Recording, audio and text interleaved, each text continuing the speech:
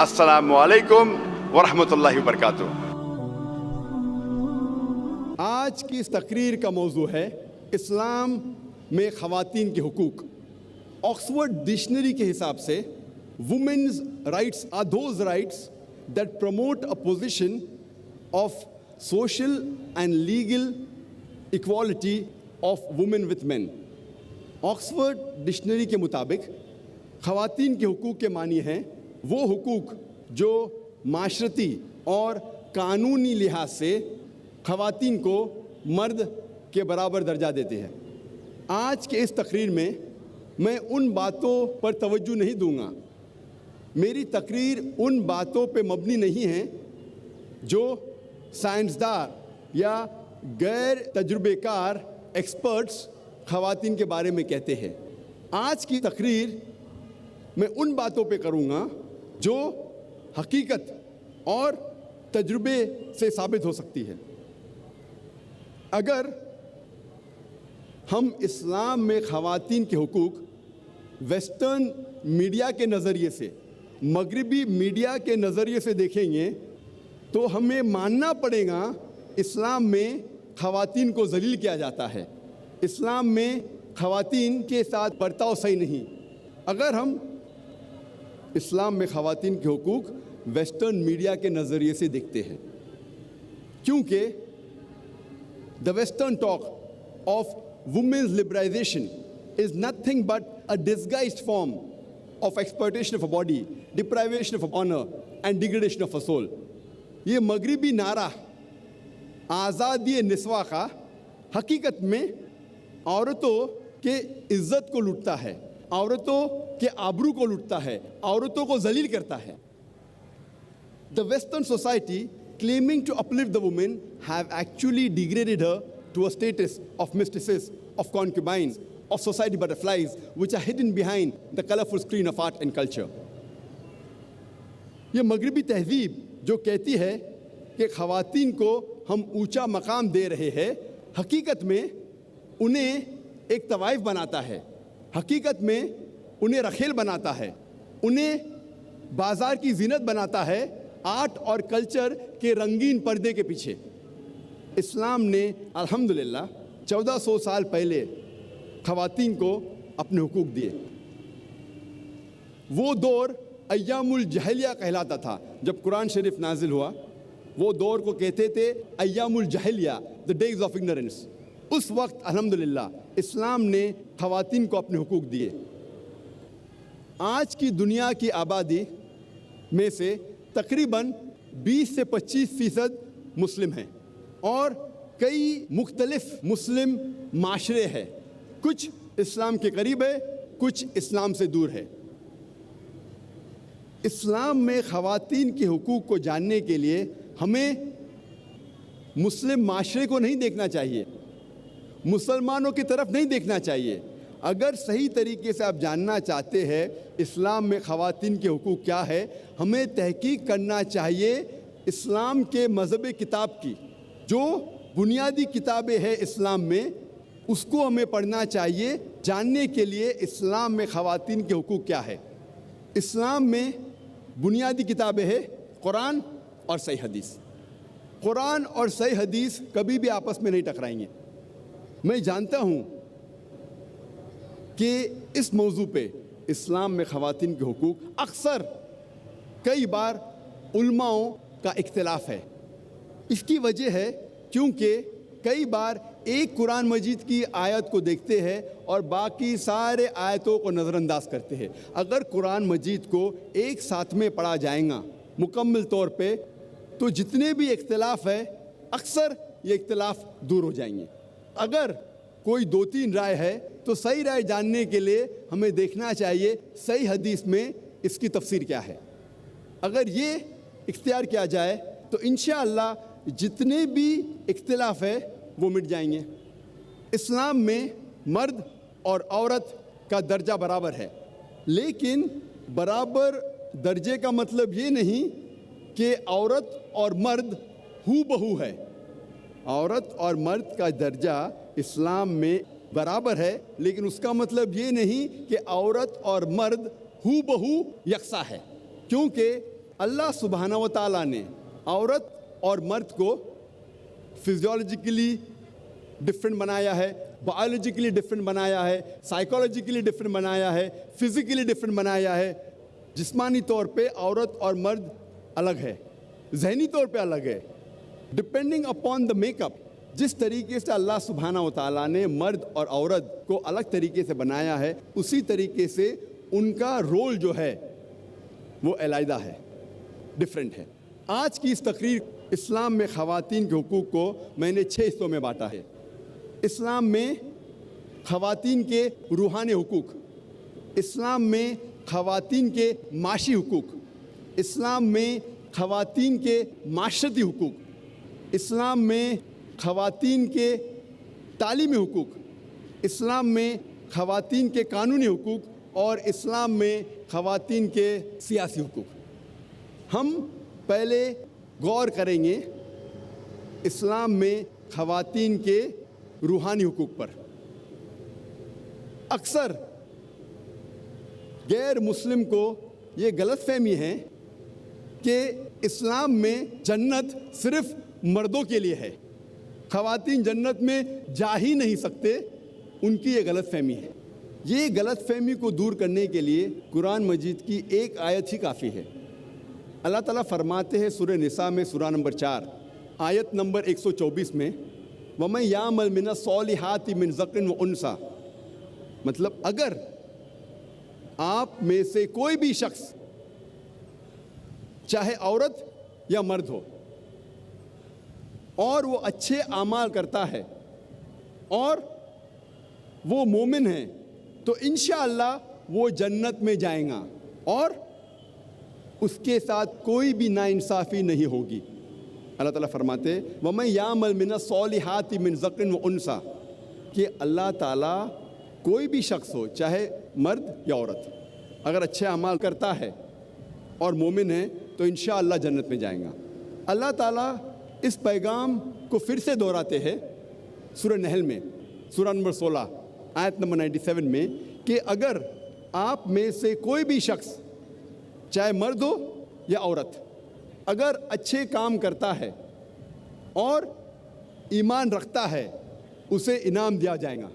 اللہ تعالیٰ فرماتے سورہ نساء میں سورہ نمبر 4 آیت نمبر 1، یا ایھا الناس اتقوا ربکم الذی خلقکم من نفس واحدہ وخلق منہا زوجہا، اے انسانوں اپنے رب سے ڈرو جس نے تمہیں ایک جان سے بنایا ہے اور اس جان سے اس کے جیسا جوڑا بنایا ہے۔ اس سے یہ ثابت ہوتا ہے کہ وہی جان سے جس سے آدمی بنا ہے اسی سے بنی ہے عورت، یعنی روحانی طور پہ عورت اور مرد یکساں ہے۔ اللہ تعالیٰ فرماتے ہیں سورہ شعراء میں سورہ نمبر 42 آیت نمبر 11 میں، فاطر السماوات والارض جعل لکم من انفسکم ازواجا، اللہ نے زمین اور آسمان بنائے ہیں اور تمہارے لیے تمہارے جیسا جنس کا جوڑا بنائے ہیں۔ مطلب آدمی اور عورت روحانی طور پہ یکساں ہے۔ اللہ تعالیٰ فرماتے ہیں سورہ ہجر میں سورہ نمبر 15 آیت نمبر 29 میں کہ میں نے انسان کو بنایا اور اپنی روح اس میں پھونکی۔ اللہ تعالیٰ پھر سے دہراتے ہیں سورہ سجدہ میں سورہ نمبر 32 آیت نمبر 9 میں، ہم نے انسان کو بنائے اور اپنی روح اس میں پھونکی، دونوں میں، مرد میں بھی اور عورت میں بھی۔ اس کے معنی یہ ہے کہ اللہ سبحانہ و تعالیٰ کا علم ہر انسان کو دیا کہ اللہ سبحانہ و تعالیٰ ہے۔ اللہ فرماتے ہیں سورہ اسراء میں سورہ نمبر 17 آیت نمبر 70 میں، وَلَقَدْ كَرَّمْنَا بَنِي آدَمَ، اللہ سبحانہ و تعالیٰ نے بنی آدم پر کرم فرمائے۔ اللہ سبحانہ و تعالیٰ نے ساری بنی آدم پہ رحمت فرمائے، چاہے وہ آدمی ہو یا عورت، چاہے کالا یا سفید، امیر یا غریب، ہر بنی آدم، ہر انسان پہ اللہ سبحانہ و تعالیٰ نے کرم فرمائے۔ اسلام کے علاوہ اور بھی دوسرے مذہب ہے جو یہ مانتے ہیں کہ انسانیت ایک جوڑے سے بنی، آدم علیہ السلام اور بیوی حوا سے۔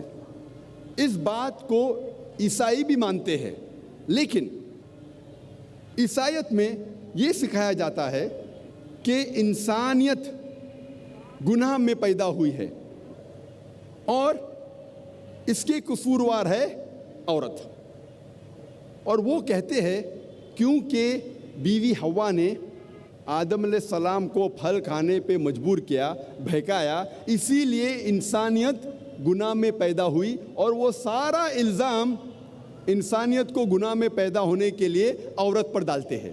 اسلام میں ہم مانتے ہیں کہ ساری انسانیت ایک جوڑے سے بنی ہے، آدم علیہ السلام اور بیوی حوا سے، لیکن قرآن مجید آپ پڑھیں گے تو قرآن مجید میں کہیں بھی الزام صرف عورت پر نہیں ڈالا گیا ہے۔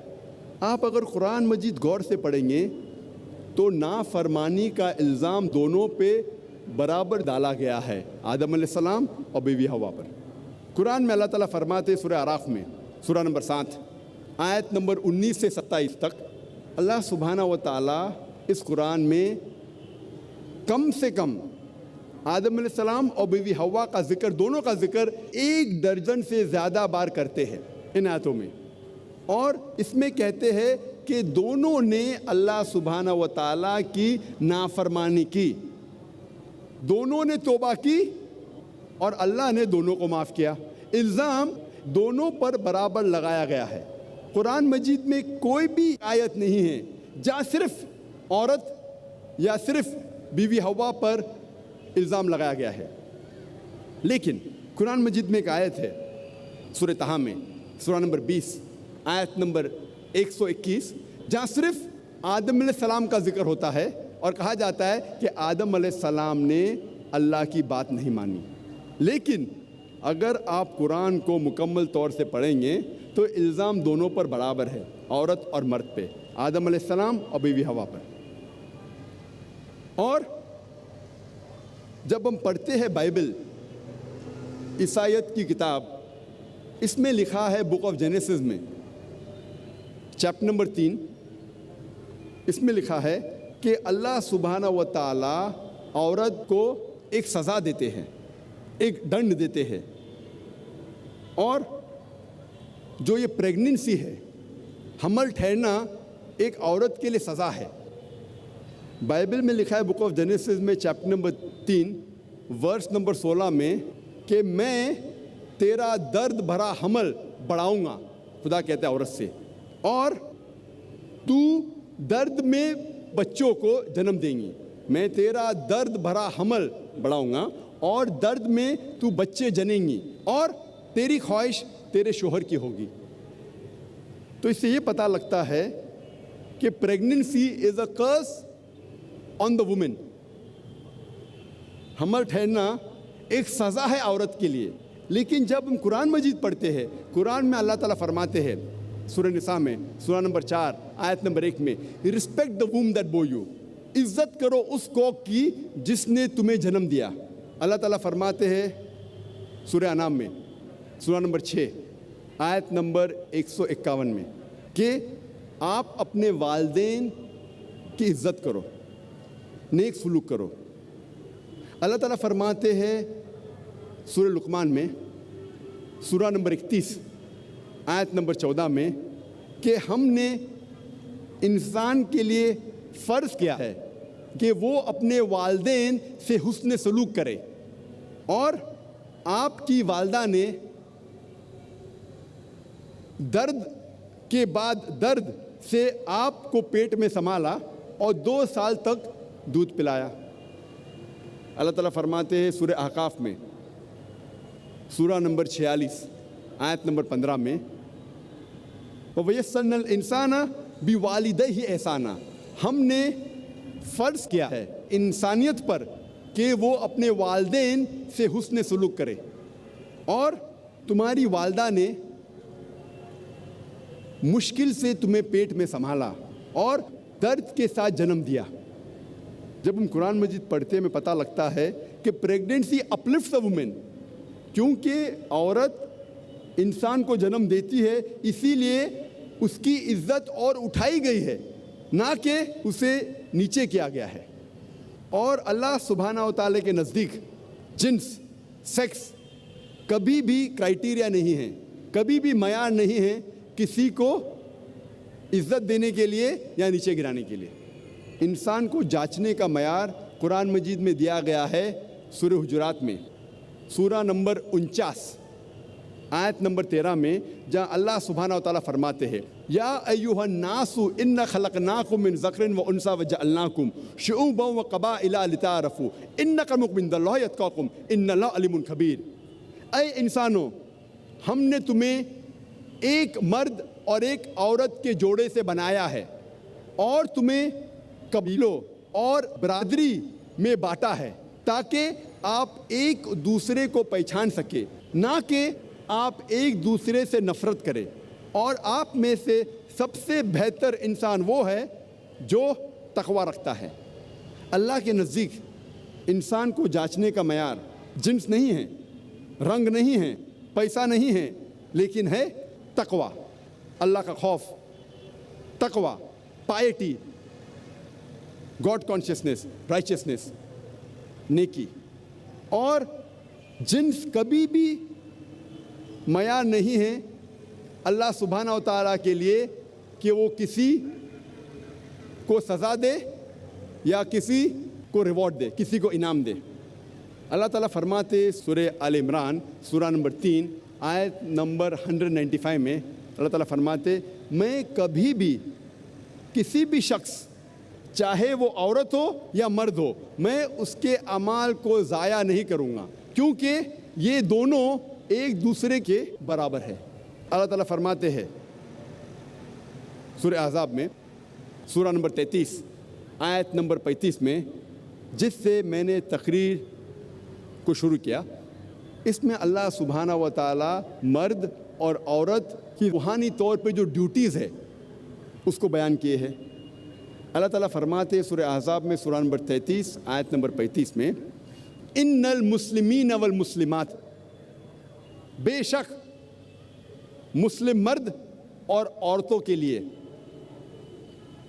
والمومنین والمومنات، ایمان والے مرد اور عورتوں کے لیے، والقانتین والقانتات، فرما بردار مرد اور عورتوں کے لیے، والصادقین والصادقات، سچے مرد اور عورتوں کے لیے، والصابرین والصابرات، صبر کرنے والے مرد اور عورتوں کے لیے، والخاشعین والخاشعات، خشوع اختیار کرنے والے، اللہ کے نزدیک جھکنے والے مرد اور عورتوں کے لیے، والمتصدقین والمتصدقات، صدقہ دینے والے مرد اور عورتوں کے لیے، والصائمین والصائمات، روزہ رکھنے والے مرد اور عورتوں کے لیے،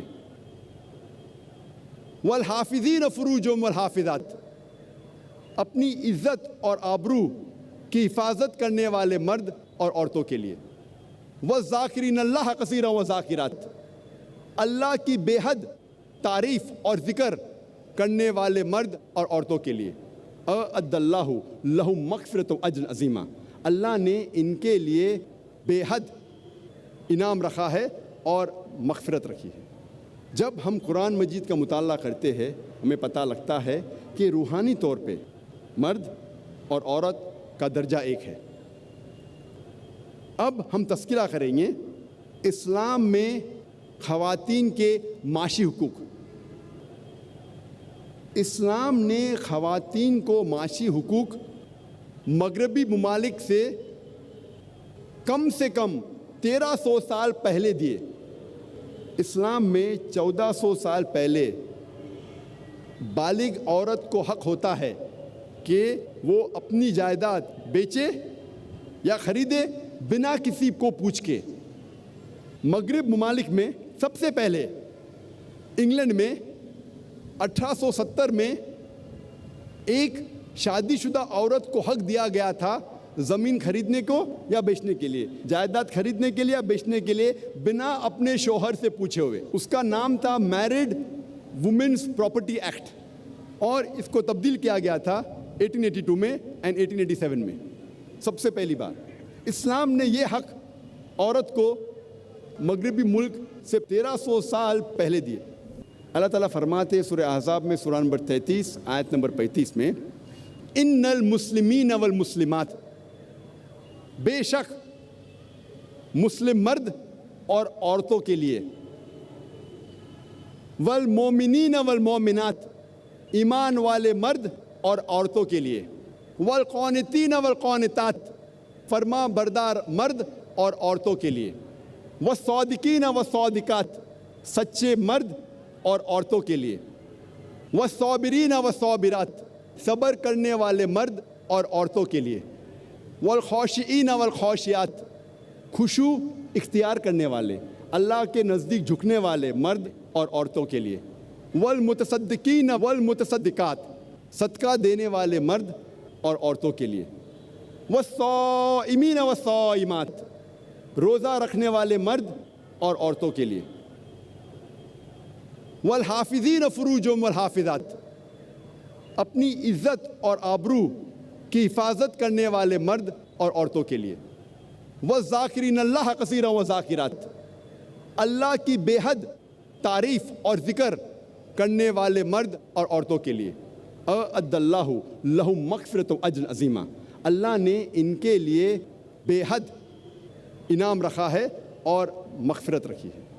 جب ہم قرآن مجید کا مطالعہ کرتے ہیں ہمیں پتہ لگتا ہے کہ روحانی طور پہ مرد اور عورت کا درجہ ایک ہے۔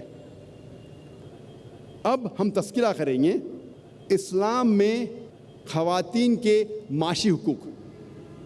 اسلام نے خواتین کو معاشی حقوق مغربی ممالک سے کم 1300 سال پہلے دیے۔ اسلام میں 1400 سال پہلے بالغ عورت کو حق ہوتا ہے کہ وہ اپنی جائیداد بیچے یا خریدے بنا کسی کو پوچھ کے۔ مغرب ممالک میں سب سے پہلے انگلینڈ میں 1870 میں ایک شادی شدہ عورت کو حق دیا گیا تھا زمین خریدنے کو یا بیچنے کے لیے، جائیداد خریدنے کے لیے یا بیچنے کے لیے بنا اپنے شوہر سے پوچھے ہوئے۔ اس کا نام تھا میرڈ وومنس پراپرٹی ایکٹ، اور اس کو تبدیل کیا گیا تھا 1882 میں اینڈ 1887 میں۔ سب سے پہلی بار اسلام نے یہ حق عورت کو مغربی ملک سے 1300 سال پہلے دیے۔ اسلام میں عورت نوکری کر سکتی ہے وہ جو شریعت اسے اجازت دیتی ہے۔ کوئی بھی قرآن میں آیت نہیں ہے یا صحیح حدیث نہیں ہے جو حلال کام کرنے سے عورت کو روکتی ہے، لیکن اسے اپنے حجاب کو مینٹین کرنا چاہیے۔ حجاب کو اختیار کرتے ہوئے اگر نوکری کرنا چاہے تو کر سکتی ہے۔ اگر ایسا کوئی کام ہے جو اسے حجاب کرنے سے روکتا ہے تو وہ نوکری، وہ کام صحیح نہیں، وہ ان اسلامک ہے، غیر اسلامک ہے۔ وہ کام جو جسم کی نمائش کرتا ہے، مثال کے طور پہ ڈانسنگ، فلم ایکٹنگ، ماڈلنگ، یہ سارے کام حرام ہیں۔ بہت سے کام جو مرد کے لیے حرام ہے وہ عورت کے لیے بھی حرام ہے۔ مثال کے طور پہ شراب خانہ میں کام کرنا، جوئے کے اڈے میں کام کرنا، غیر اسلامک کام کرنا، یہ سارے کام دونوں کے لیے حرام ہے، مرد کے لیے بھی عورت کے لیے بھی۔ اور عورت گھر میں سلائی کر سکتی ہے، پوٹری برتن بنا سکتی ہے، آفسوں میں کام کر سکتی جہاں علیحدہ انتظام ہے مرد اور خواتین کے لیے۔ Islam does not agree with intermingling of sexes. وہ کام جس میں مرد اور عورت گھل مل کے کام کرے یہ کام صحیح نہیں۔ عورت تجارت بھی کر سکتی ہے، لیکن اگر نامحرم کے ساتھ کوئی چیز ہے تو محرم کے ذریعے کرے، والد کے ذریعے، بھائی کے ذریعے، شوہر کے ذریعے یا بیٹے کے ذریعے۔ اگر ہم صحیح اسلامک معاشرہ چاہتے ہیں تو کچھ خواتین کو ٹیچر بنانا ہمارے لیے ضروری ہے، نرس بنانا ضروری ہے، ڈاکٹر بنانا ضروری ہے۔ اگر میں چاہتا ہوں کہ میری بیوی حجاب کرے، میری والدہ حجاب کرے، تو ہمیں دیکھنا چاہیے کہ کچھ خواتین ہمارے معاشرے میں کم از کم نرس بنے، کم از کم ڈاکٹر بنے، گائنیکولوجسٹ بنے۔ لیکن اسلام میں خواتین معاشی طور سے بڑے ذمہ ہیں، ان کے اوپر کوئی فائنینشیل آبلیگیشن نہیں ہے۔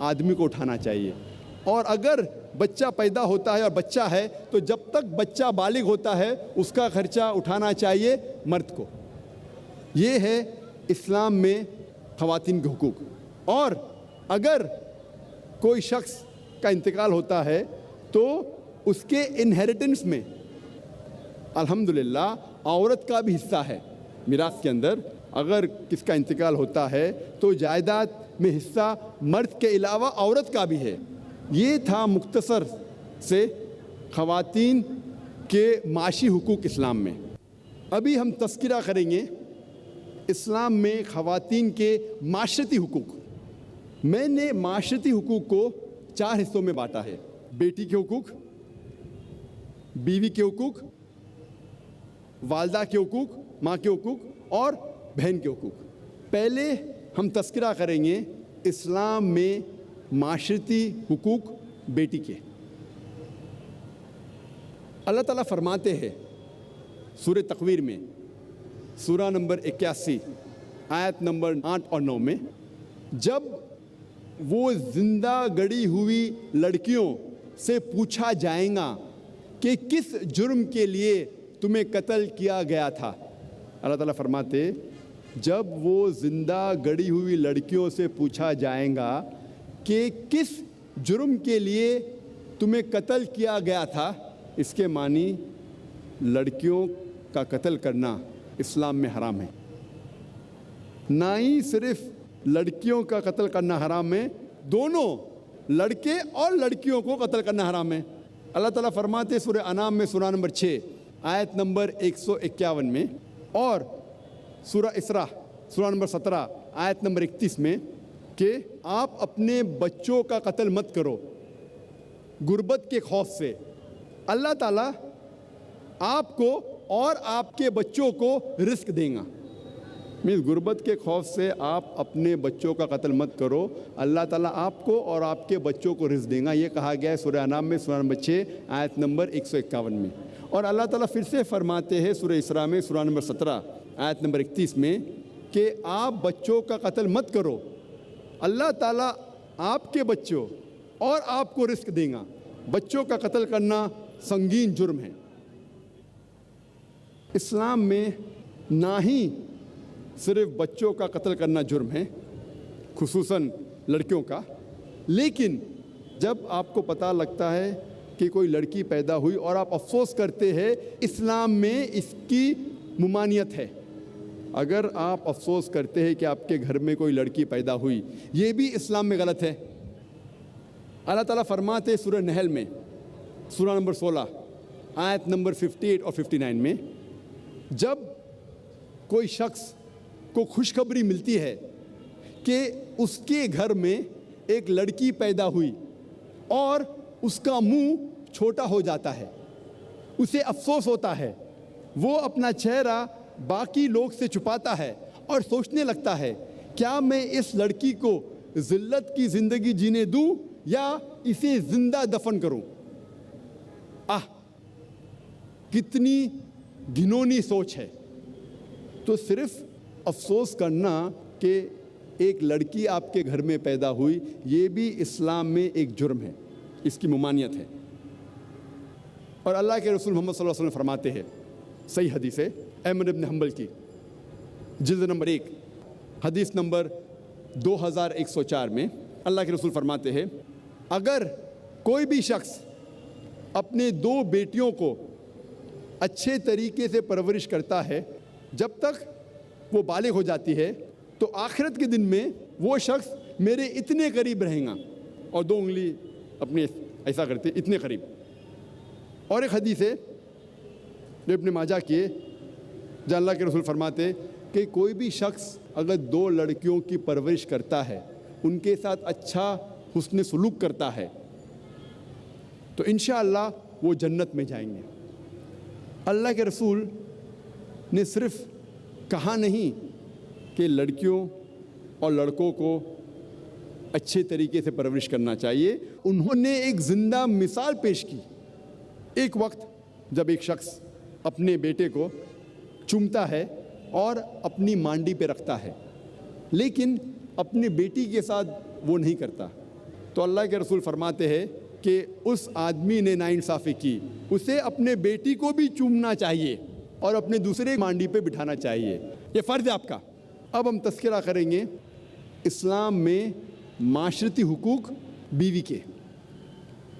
عورت کو شیطان کا ہتھیار کہا جاتا ہے، a weapon of the dual. عورت کو اکثر دیگر مذاہب میں شیطان کا ہتھیار کہا جاتا ہے، لیکن اسلام میں، قرآن میں اللہ سبحانہ و تعالیٰ عورت کو محسنہ کہتے ہیں۔ محسنہ مانی اے فورٹریس اگینسٹ دا ڈیول، شیطان کے خلاف ایک قلعہ۔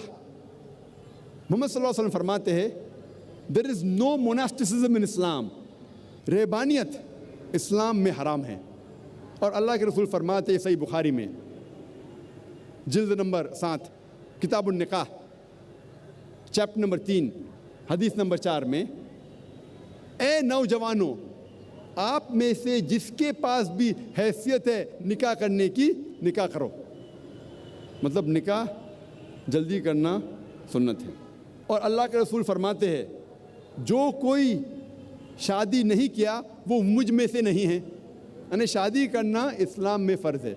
اللہ کے رسول فرماتے ہیں جو شخص شادی کرتا ہے وہ آدھا دین مکمل کرتا ہے۔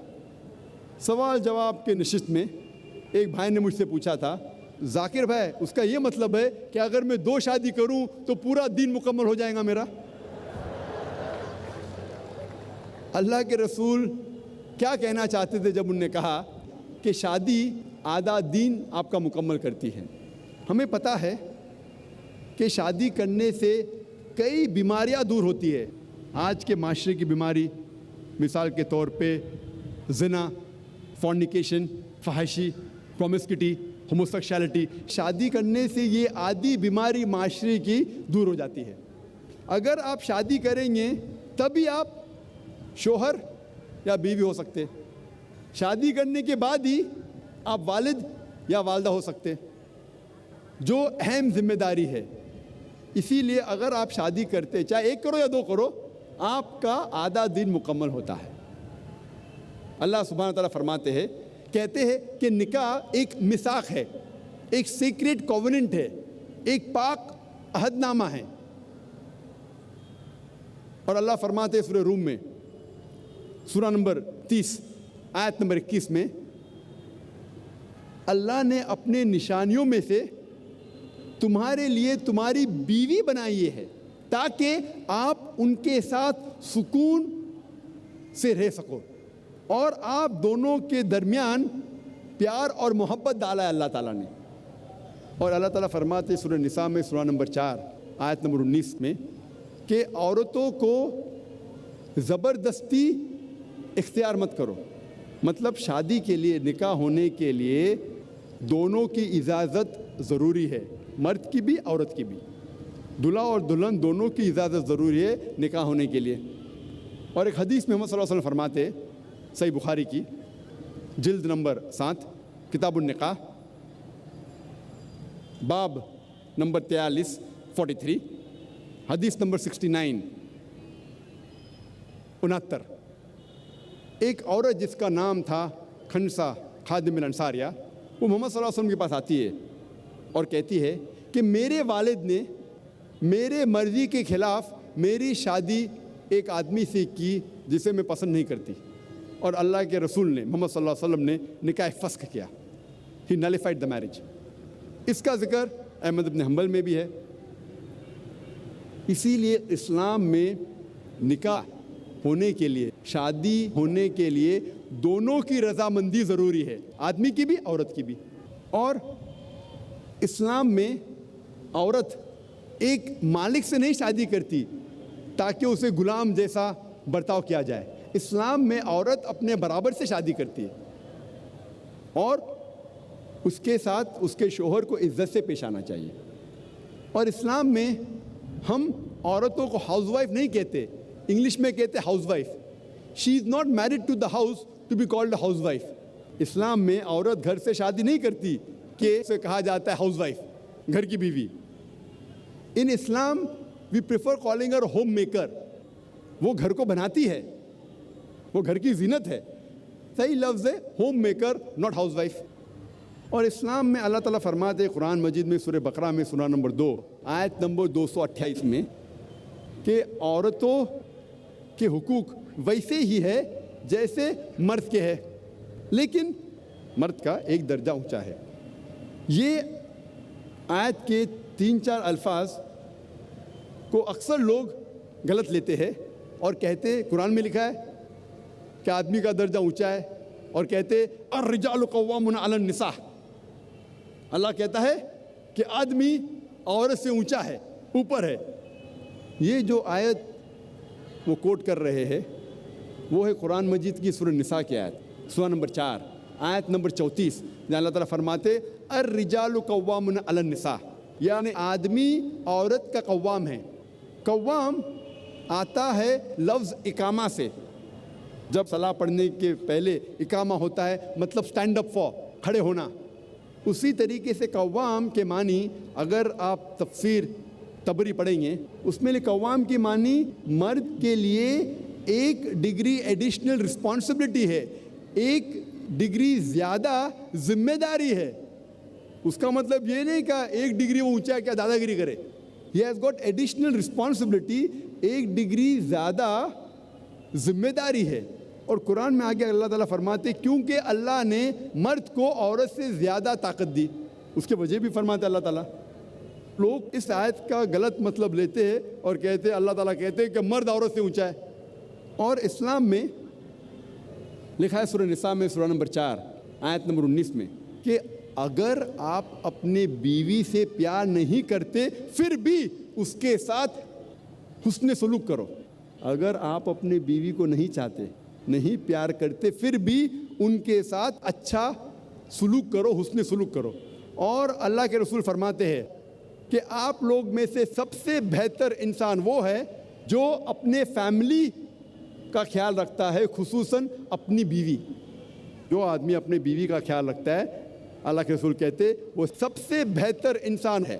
اسلام میں لکھا ہے سورہ نساء میں سورہ نمبر 4 آیت نمبر 19 میں کہ اگر آپ اپنے بیوی سے پیار نہیں کرتے پھر بھی اس کے ساتھ حسن سلوک کرو.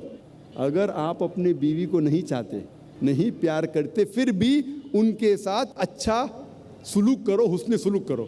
اور اللہ کے رسول فرماتے ہیں کہ آپ لوگ میں سے سب سے بہتر انسان وہ ہے جو اپنے فیملی کا خیال رکھتا ہے, خصوصاً اپنی بیوی.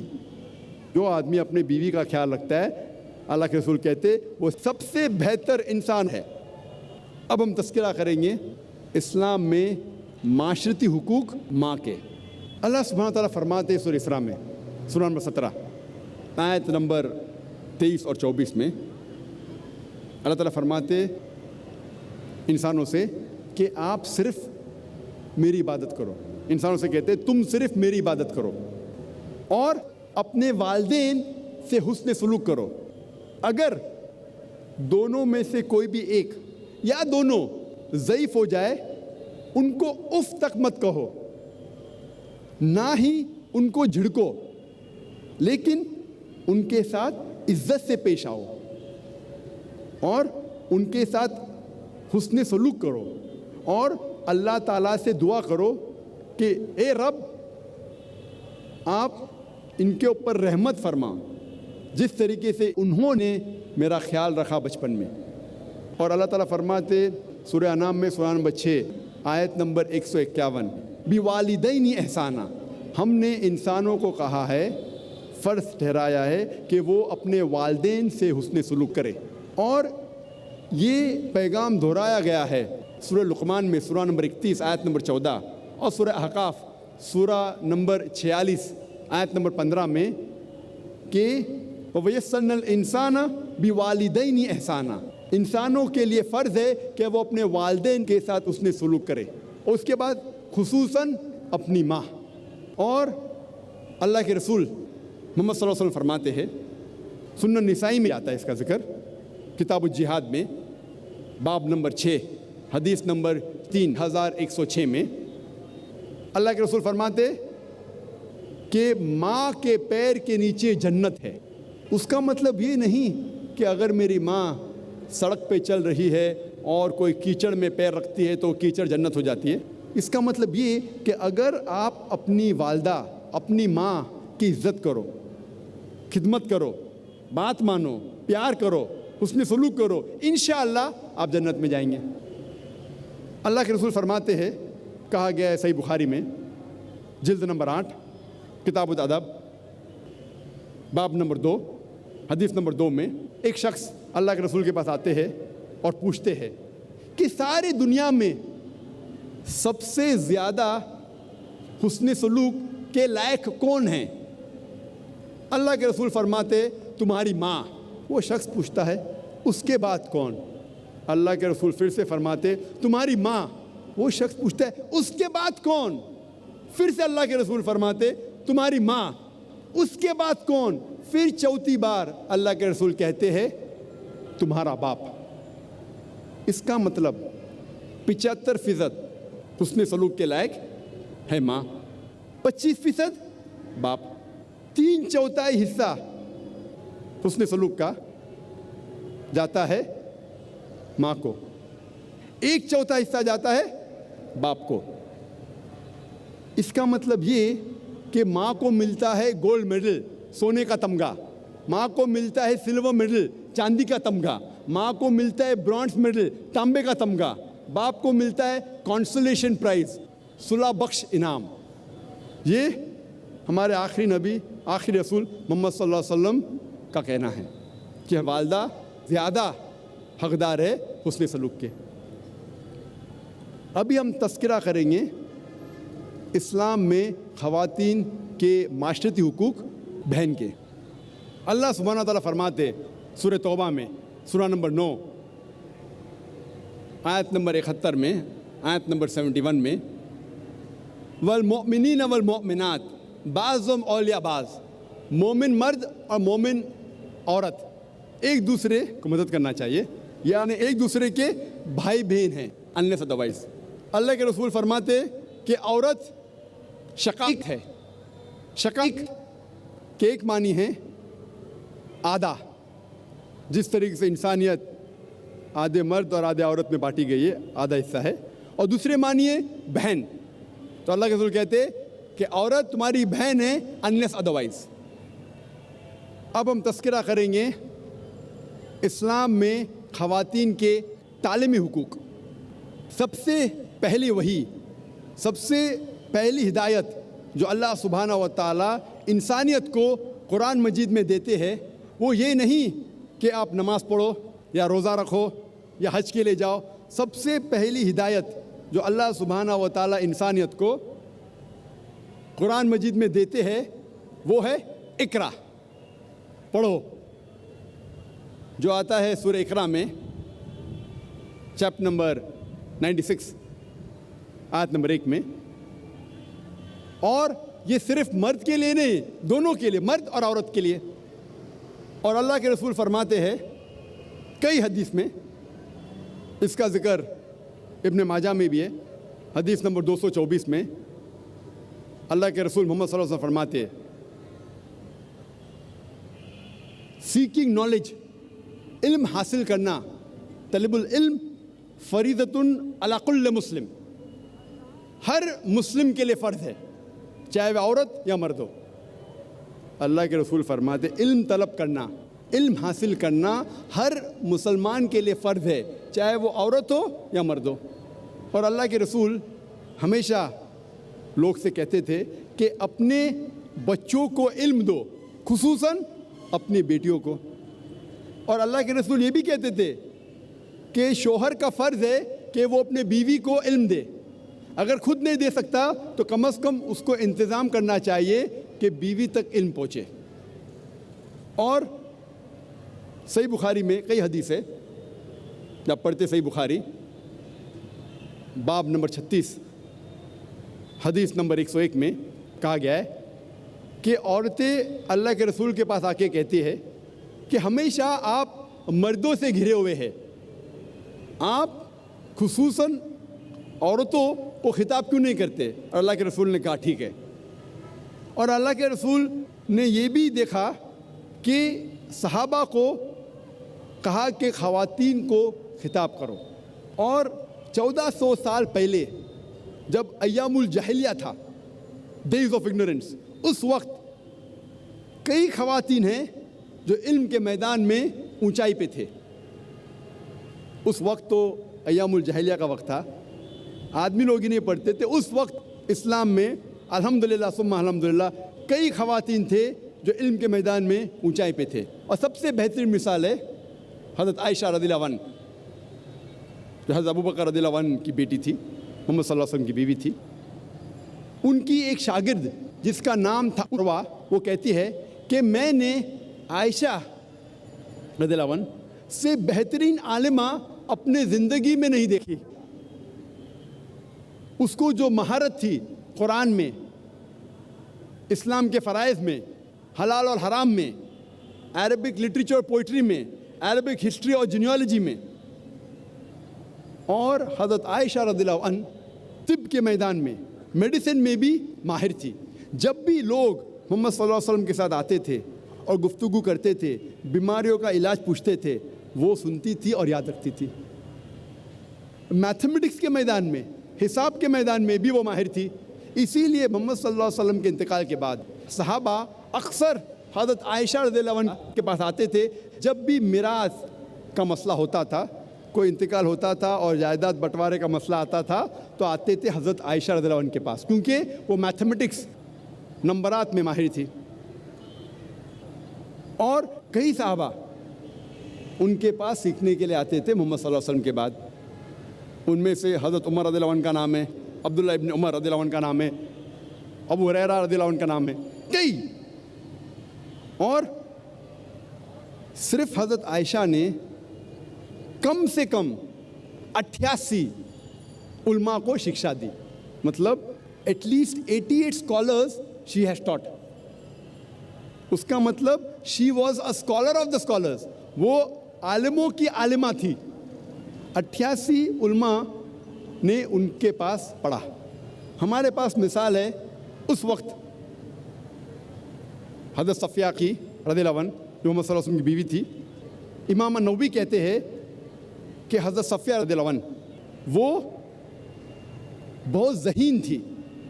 ہمارے پاس مثال ہے ام سلمہ کی رضی اللہ عنہ. ہمارے پاس مثال ہے ام سلیم کی، جو حضرت انس رضی اللہ عنہ ان کی والدہ تھی. وہ ماہر تھی حدیث میں، اور کہا جاتا تھا کہ وہ بہت ذہین تھی. ہمارے پاس مثال ہے سیدہ نفیسہ کی رضی اللہ عنہ، جو تاریخ کہتی ہے کہ کئی علماء کو انہوں نے سکھایا، اور ان کے شاگرد امام شافعی بھی تھے. ہمارے پاس مثال ہے ام درداء کی رضی اللہ عنہ، جو ابو درداء رضی اللہ عنہ کی بیوی تھی. اور امام بخاری اپنے صحیح میں کہتے ہیں کہ وہ حدیث میں ماہر تھی. کئی مثال ہے. آپ سوچ سکتے ایام الجاہلیہ کے وقت کئی خواتین تھے جو علم کے میدان میں ماہر تھے. اب ہم تذکرہ کریں گے اسلام میں خواتین کے قانونی حقوق. اسلام میں قانونی اعتبار سے مرد اور عورت برابر ہے. اللہ تعالیٰ فرماتے سورہ بقرہ میں سورہ نمبر 2 آیت نمبر 178 اور 179 میں اللہ تعالیٰ فرماتے کہ قصاص میں جب ڈیتھ پینلٹی، حد کی سزا ہوتی ہے، تو عورت اور مرد کے لیے وہی سزا ہے. اگر کوئی عورت مرد کا قتل کرتی ہے اس کے لیے سزائے موت ہے. اگر کوئی مرد عورت کا قتل کرتا ہے اس کے لیے بھی سزائے موت ہے، اور کوئی عورت مرد کا قتل کرتی ہے اس کے لیے بھی سزائے موت ہے. سزا دونوں کے لیے یکساں ہے. اور لکھا ہوا ہے صحیح بخاری میں جلد نمبر 9 کتاب الادیات میں باب نمبر 4 حدیث نمبر 15 میں کہ ایک یہود ایک بچی کا قتل کرتا ہے، اس کے سر کو کچلتا ہے پتھر کے ذریعے. محمد صلی اللہ علیہ وسلم فوراً اس یہود کو بھی وہی سزا دیتے ہیں، سزائے موت. اس کا سر کچلا جاتا ہے پتھر کے ذریعے. ہمارے پاس مثال ہے حضرت عمر کی رضی اللہ عنہ. اس دور میں کئی آدمی مل کے ایک عورت کا قتل کرتے ہیں، اور حضرت عمر رضی اللہ عنہ وہ سارے مرد کو سزا دیتے ہیں قتل کی، قتل کے بدلے قتل. اسلام میں اگر کوئی جسم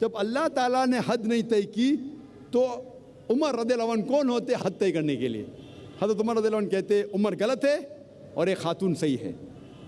انگلش میں کہیں گے she took an objection to the breach of constitution, یعنی اس خاتون نے اعتراض کی کہ خلیفہ نے قانون توڑا. ہمارا کانسٹیٹیوشن، ہمارا قانون قرآن. اس کا مطلب یہ ہے کہ خاتون also can take an objection, even a woman can take an objection for breach of constitution. اور ہمارے پاس مثال ہے صحیح بخاری میں کئی حدیث ہے جو جنگ کے میدان میں بھی خواتین نے حصہ لیا، سپاہی لوگ کو پانی دیا، فرسٹ ایڈ دیا. اور ایک واقعہ ہے جنگ احد میں، تو محمد صلی اللہ علیہ وسلم دشمن سے گھیرے جاتے، کچھ لوگ محمد صلی اللہ علیہ وسلم کے ساتھ لڑتے ہیں. اس میں سے ایک عورت تھی جس کا نام تھا نصیبہ، اور لڑتے وقت اسے کئی زخم ملتے ہیں اور محمد صلی اللہ علیہ وسلم نے اس کی بہادری کے لیے تعریف کی. یہ تھا ان بریف مختصر سا خواتین کے حقوق اسلام میں.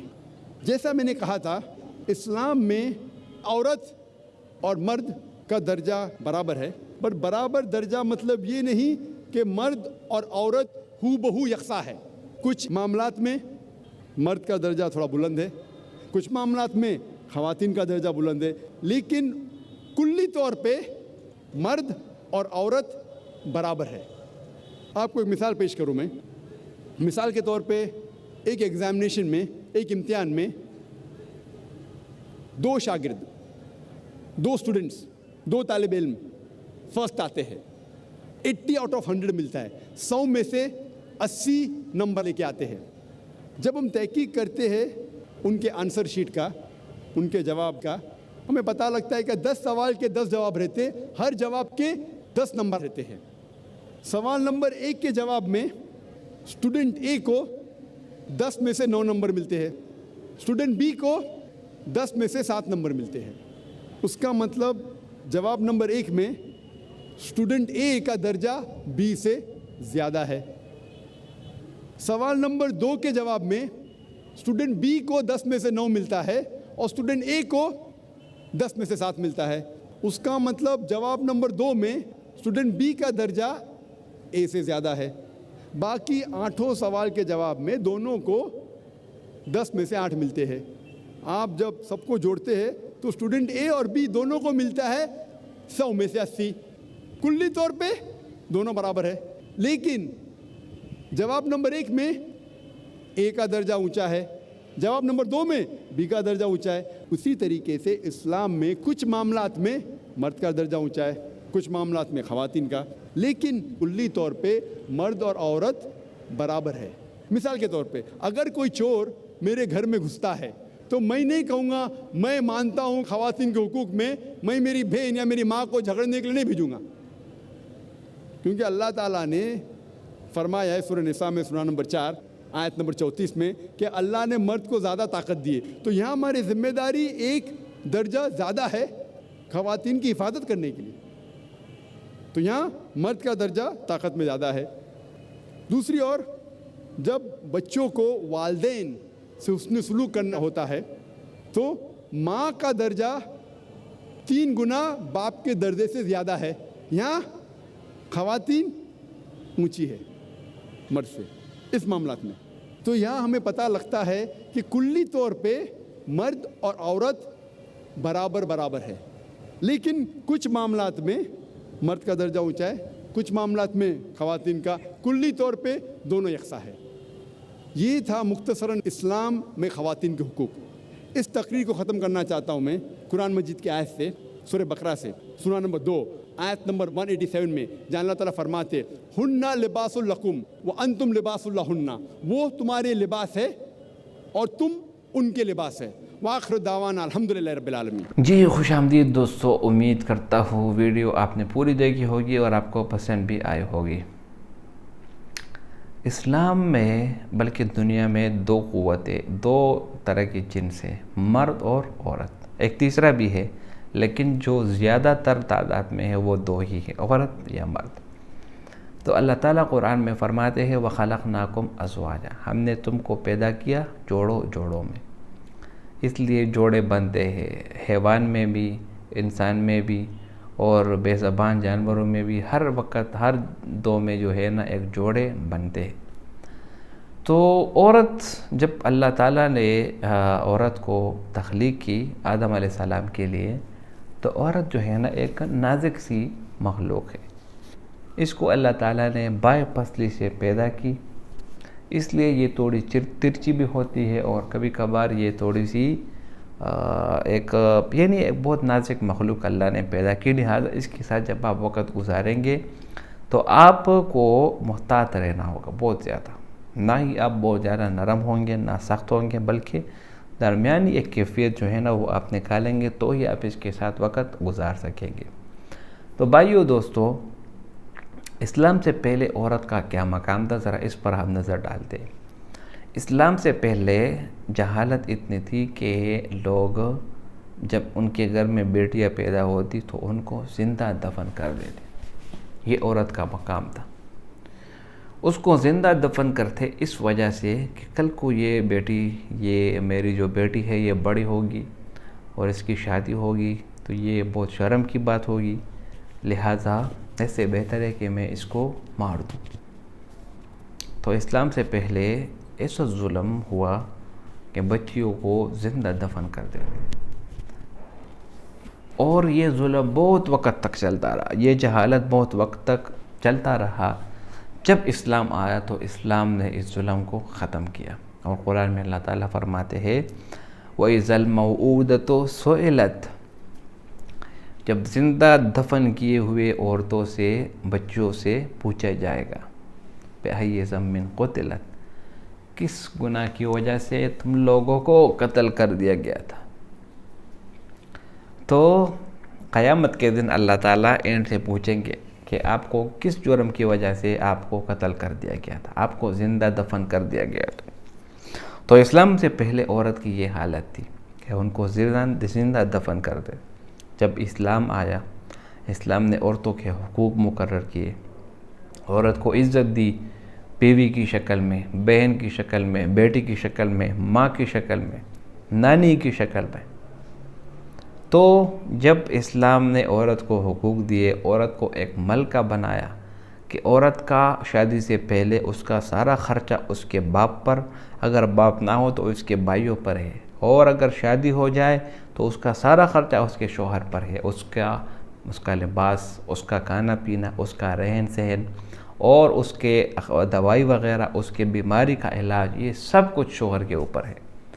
اسلام نے کبھی بھی عورت پر نوکری کرنے کی اجازت نہیں دی، نہ ہی کبھی یہ اجازت دی کہ وہ پیسے کمائے، یعنی عورت پر یہ فرض نہیں ہے۔ اگر عورت اپنی خوشی سے کوئی کام کرنا چاہے تو وہ کر سکتی ہے، بشرطیہ کہ مکمل پردہ ہو، کسی آفس میں کام کرے مکمل پردہ ہو، مطلب یہ کہ کسی نامحرم کے ساتھ اس کا تعلق زیادہ نہ رہے، تو ایسی عورت پھر جو ہے نا پیسے کما سکتے۔ آج کل فری لانسنگ کی دنیا ہے، گھر بیٹھے پیسے کمائے جا سکتے ہیں، تو یہ طریقہ بھی عورت کے لیے بالکل جائز ہے، یہ کر سکتی ہے۔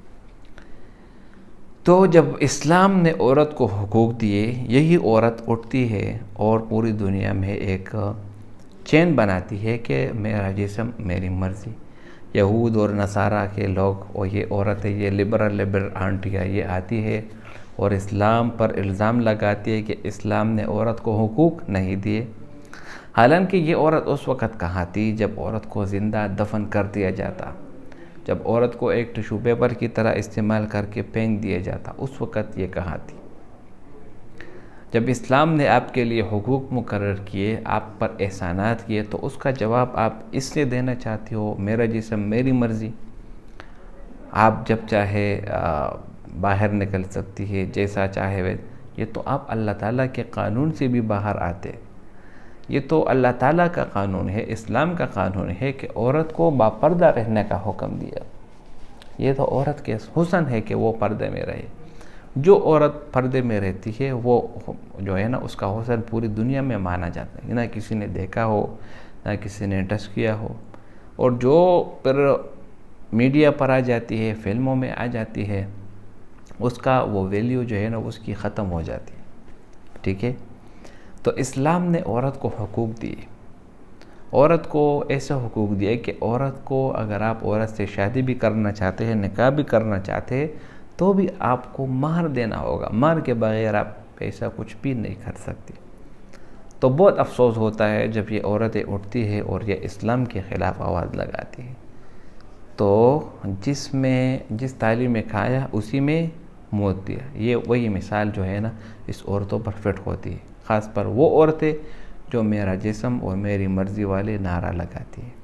تو بہت ہی بے حیائی کی طرف یہ لوگ جاتے ہیں, اور ایسے بے حیائی سے ہم یہ دعا کرتے ہیں کہ اللہ تعالی ہمیں ایسی بے حیائی سے بچائے. تو ڈاکٹر ذاکر نائک نے بہت بہترین بیان کیا اور لوگوں پر واضح کیا کہ اسلام نے عورتوں کو حقوق دیے. امید کرتا ہوں ویڈیو آپ کو پسند آئی ہوگی. اگر ویڈیو آپ کو پسند آئے اس چینل کو سبسکرائب کریں. بہت شکریہ.